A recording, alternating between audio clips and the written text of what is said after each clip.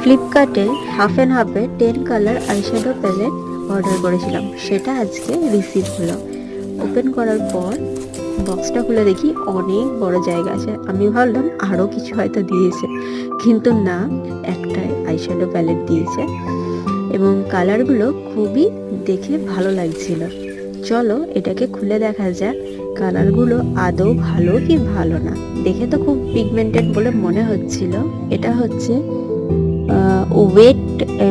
Wait eyeshadow palette, powdery নয় কিন্তু creamy টাইপের টেক্সচারটা। এটা ড্রাই স্কিনদের জন্য কিন্তু ভালো।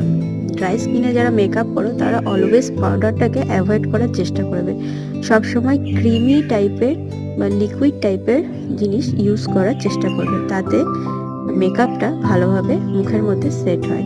আইশ্যাডো লাগাবার জন্য একটা ব্রাশও দিয়েছে, আমার তো খুব ভালো লাগলো। তোমাদের কেমন লাগলো জানিও।